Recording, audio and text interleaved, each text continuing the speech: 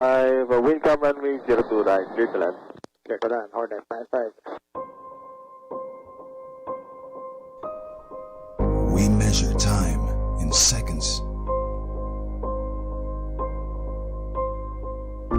Distance in nautical miles.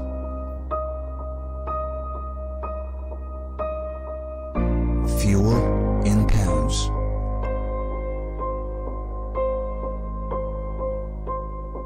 And power with thrust.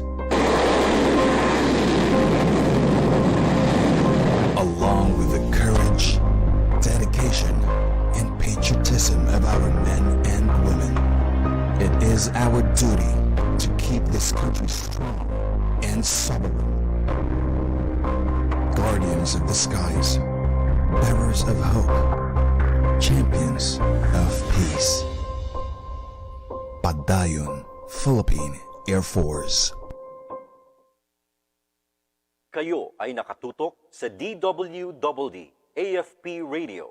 Kami po ay kasapi ng KBP, kapisanan ng mga broadcaster ng Pilipinas. Ito ang DWDD 1134 kHz AM. Balita, impormasyon at musika. Ito ang DWDD AFP Radio. Boses ng Kawal Pilipino.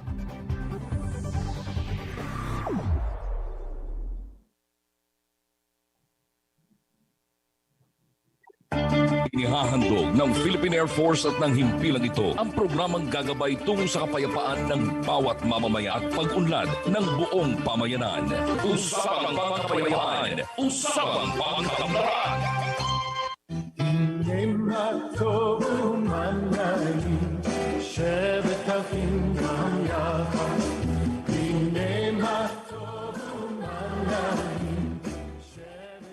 Magandang hapon po sa inyong lahat. Magandang hapon, magandang umaga, magandang araw. Kung saan man po kayong bahagi ng mundo o kung saan man bahagi po kayo ng ating bansang Pilipinas, Luzon, Visayas at Mindanao. Welcome po sa ating programang Up Pilipinas, Usapang Pangkapayapaan, Usapang Pangkaunlaran. Sa ngalan po ng Philippine Air Force at siyempre ni Brigadier General Jerry Samudio at ng buong Philippine Air Force, kayo po ay wini-welcome ko dito sa ating programang Up Pilipinas. Ako po si Emil Garion, pansamantalang taong bahay. At siyempre, ngayon din ay naka-air po tayo din sa ating mga partner stations. Yung DWGV AM 792 kHz sa Central Luzon, DWDD Manila, DWLC Lucena, 99.9 GVFM Batangas, DYMR Cebu, Balisong Hot Radio Online with 98,000 followers, NTF LCAC and PCOO-FB accounts at ganun din po sa ating PAF Virtual TV and APA Pilipinas FB accounts, dyan po sa CIS Media Philippines at siyempre sa Ako OFW Philippines. Ayan po, lahat po ng ating mga partner stations at partner social media platforms ay kasama natin ngayon. At ngayon pong hapon na ito ay kasama natin ang Philippine Army. Kasama din natin si Fiscal Gonzales ng Region 6 NTF LCAC. At siyempre, at kasama rin natin si Airwoman Second Class Mariel Kawid at ang iba pa nating mga kasama ay nandyan na. At maya-maya po ay sasama sa ating discussion. At ngayong araw ay siyempre kamustahin natin kung ano po ang pinaka-latest sa ating NTF LCAC. Pansamantala, habang wala pa si General Tamudio, ay alamin po natin at napakainit po ng usaping ito, lalo na yung sa NTF LCAC, ang nangyari diyan sa ang nangyari diyan sa Cebu. Na alam po natin talagang merong nahuli at merong mga batang itinago ng mahigit 2 o 3 taon ay hindi po natin alam kung bakit na-dismiss daw ang kanilang mga kaso. Alimin natin maya-maya po yan.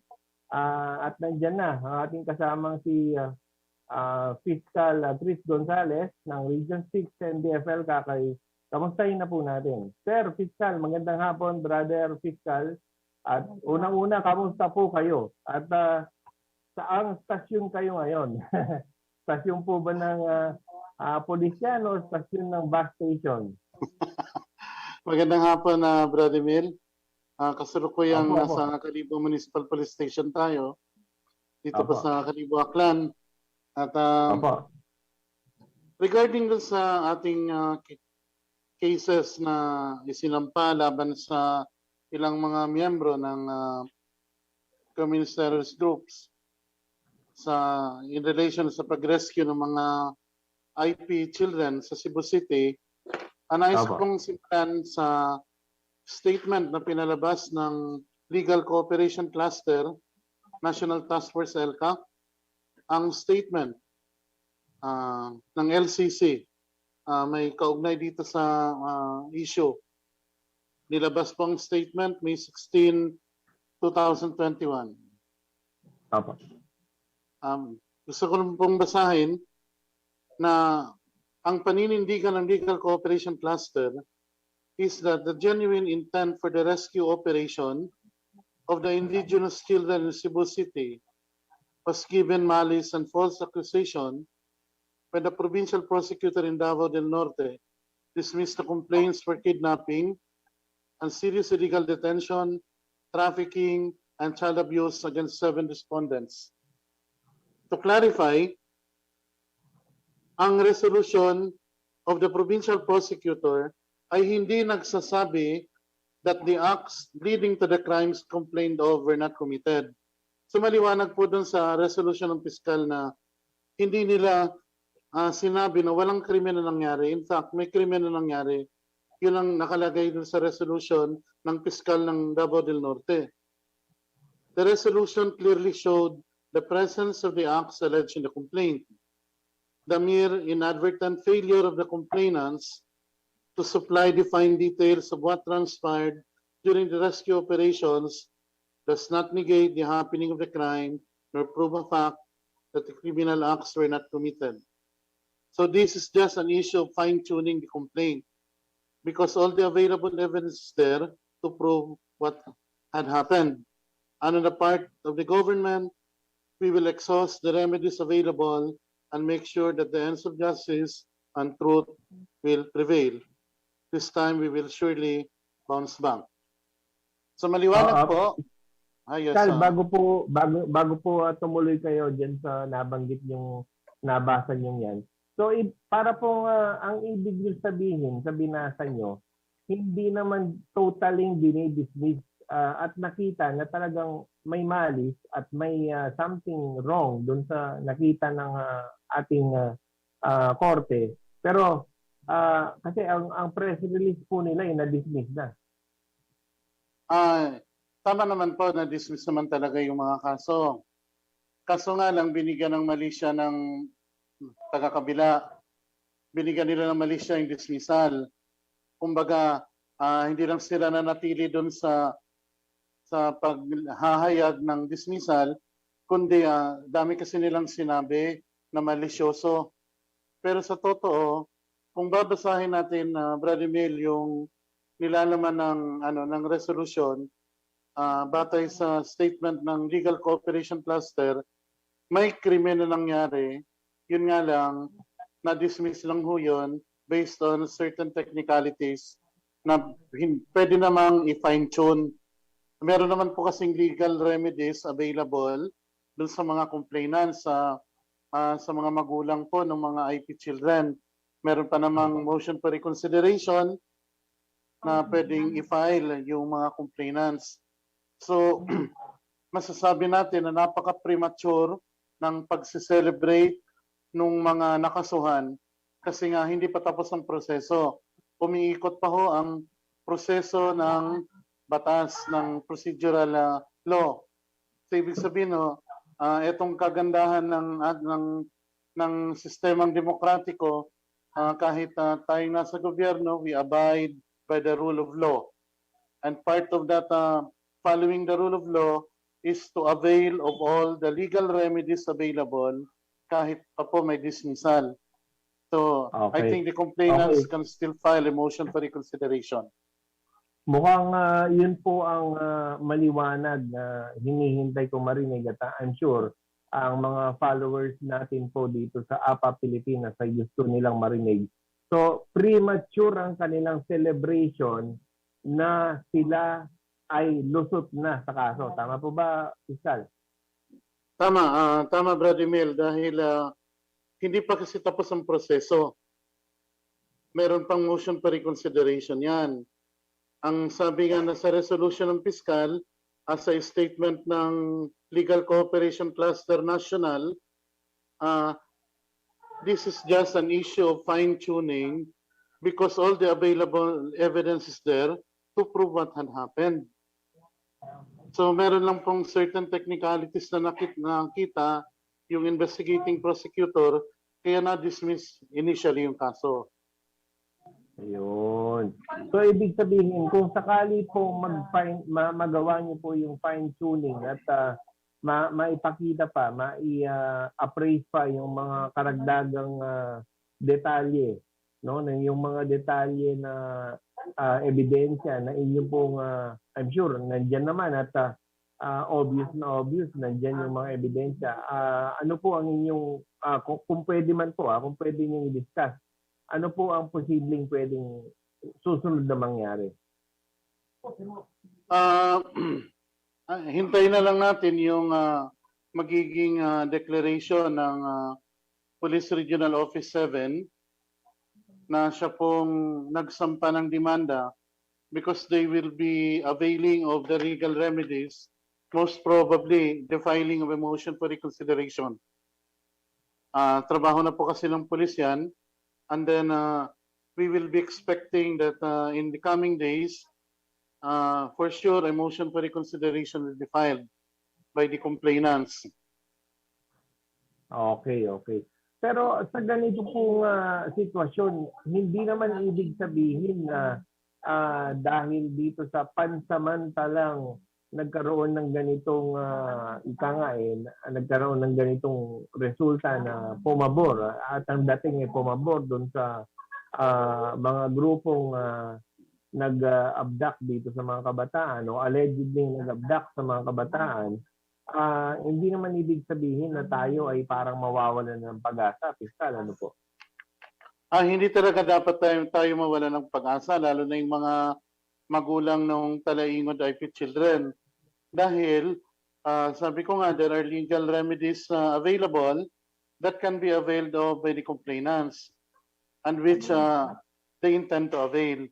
So that we will just have to rely on the justice system to do its job of evaluating the evidence submitted to them on preliminary investigation. Because tinitingnan naman po kasi natin dito na we believe in the rule of law and we believe that if the evidence is sufficient to warrant the filing of an information in court, mangyayari naman po yan. But in the meantime, the dismissal, is because there's a need to fine-tune the evidences that are already there. It's now the job of our police to file a motion for reconsideration and to submit sufficient evidence to the prosecutors for their evaluation po. Okay. So, sa ganito pong sitwasyon, meron bang mga limitation ang inyong panig dito sa pagpapahayag o hindi po ba kayo baka ano po kayo, ma-contempt of court kayo, baka gawin na naman nilang dahilan yun at score na naman nila. Ano po ang limitation natin, Fiscal? Wala naman akong nakikitang limitation kasi what we're talking right now are the available legal remedies. We are not even discussing the merits of the case. Ang pinag-uusapan lang natin, Brother Mil, is ano ba yung pwedeng ma-avail na legal remedies as of now ng mga complainants. And considering that this is a job for our police and Region 7 and Region 11, it is now up to them to conduct a thorough case build-up for the success of whatever motion that they will file in support of their case. Opo, Fiscal, ito po ang beauty na nakikita ko, ano? Kasi itong NTFL-CAC, gumagamit po ng whole of nation approach kung saan nagkaroon na ng convergence ng ating mga iba't ibang ahensya ng gobyerno. Kaya, kumbaga sa eksena sa pelikula, napapalibutan na ng itong ating mga kalaban sa ating gobyerno. Ito po ba, nakakatulong po ba itong ganitong yung ating approach gamit ang NTFL-CAC kay ginagamit po natin ang whole of nation approach? Of course, Kaimel, malaking bagay talaga ang whole of nation approach in putting an end to the local communist armed conflict. Why? Because gamit po natin ang buong pwersa ng pamahalaan para po bigyang solusyon ang root causes ng insurgency. Babalik tayo ulit sa basic issue ng kahirapan na kinakapital ng komunistang teroristang grupo sa kanilang mga recruitment. So that ang whole of the nation approach ay sinusubukan po na i-bridge itong gaps between the rich and the poor, and we are reaching out to the far-flung barangays to bring basic services to them. May kasabihan niya tayo, insurgency begins where good roads end. So we are trying to, we are trying to bring the government to the farthest barangays in this country so that we can convince the people that the government is working for them, and so that the CPP-NPA can no longer have any issue na pwede nilang gamitin sa kanilang recruitment. Because sabi ko nga, ending this communist armed conflict will not only be won in the battlefield, but this can be won if we win over the hearts and minds of our people. Pag nawalan po ng mass-based support itong komunistang teroristang grupo, matatapos na po yung matagal na nating problema. Back to you, Tama po yan. Vladimir. Tama po yan, Fiscal. Ano? At ang isa ko pang nakita ay yun nga po, hearts and minds, tapos yung infrastructure, napakaganda ng pinapakita ng ating pagpapatupad ng development sa mga sabi nga nila, GDAS, ano po. At ang isa pang nakita ko magandang angulo diyan ay yung legal system. Yung legal system po natin ay talagang na-reinforce po natin yung legal system at nagkaroon tayo ng legal cluster sa NTFL-CAC na talagang yung mga ganyan na nangyayari tulad yan, talagang pina-follow up, tinututukan at pinapalakas yung mga kaso para maging, sabi nga walang butas yung kaso. Tama po ba, Fiscal? Tama, Vladimir, na yung legal cooperation cluster natin is doing its best to counter the legal maneuverings ng CTGs.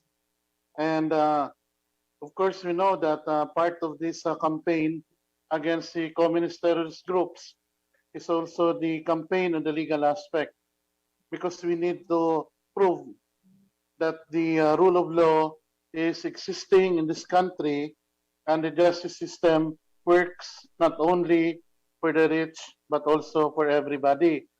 That's why itong mga talaingod IP children who have been victims of exploitation, the government through our DWDD and the police are doing their best na makakuha ng katarungan o hustisya itong mga talaingod IP children na nirecruit ng CTGs at na brainwash at nawalay sa kanilang mga pamilya ng maraming taon.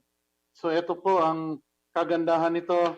We are always abiding by the rule of law in everything that we do because NTF-ELCAC is always obedient to and adherent to our existing laws. Back to you, Kaimit.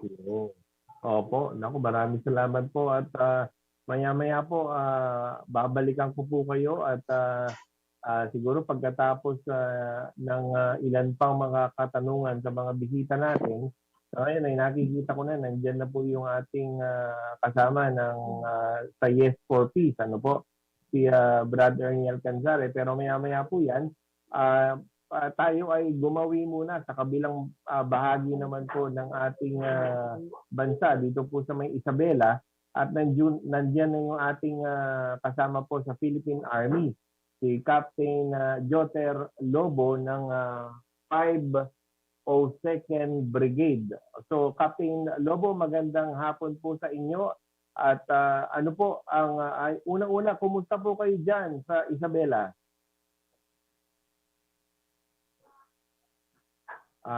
Captain, naka-mute po yata, Captain. Yes, sir. Magandang hapon po, Sir Emil, at magandang hapon po sa lahat ng tagapakinig. Ang 502nd Brigade po na nakabase dito sa Barangay Soyong, Ittiaga, Isabela, sa kasalukuyan po ay mabuti naman po ang kalagayan. Sa ngayon po, ongoing pa rin po ang kinakandak natin na mga security and development support operations in support sa ating EO70, ang National Task Force for ELCAC, kung saan po most recently, naka-recover po ang ating isa sa ating mga battalions, ang 98th Infantry Battalion ng more than ng 28 na IEDs sa San Mariano, Isabela. Bukod doon, ang ating 86th Infantry Battalion most recently po ay nag-facilitate din ng pag-award ng more than 600,000 worth of benefits sa mga former rebels natin through ECLIP po, sir. Yes, oo. Napansin ko, isa sa mga binanggit mo, yung mga improvised explosive devices, ano? Itong mga IED na alam nating pinagbabawal na sa Geneva Convention na gamitin yan. Pero ang ating mga kalaban ay gumagamit pa rin yan. Captain, tama po ba? Correct po, sir. Kahit po ito ay pinagbabawal na sa Geneva Convention, patuloy pa rin po nating nakikita na patuloy pa rin ang violate ng New People's Army dito sa paggamit nito, no? Hindi lang po ngayon, kundi for the past years, patuloy pa rin nating nakaka-discover ng mga ganitong uri ng bomba dito sa area of responsibility ng 502nd Brigade. At sa buong Pilipinas naman po, nakikita naman po natin yun. Sa kabutihang palad, very cooperative na po ang mga communities natin kung saan sila po mismo ang nagtuturo sa ating mga kasundaluhan kung nasaan ang mga bombang ito para masigurado na na hindi na makagawa ng kasamaan o magamit sa kasamaan ang mga bombang ito, sir. Yes, po. Kumusta naman po ang mga ginagawa ninyong civil military operations works, ano po, para lalong mapalapit ang ating mga sundalo sa mga komunidad na dati talaga namang alam natin influensyado nitong mga kabila, no?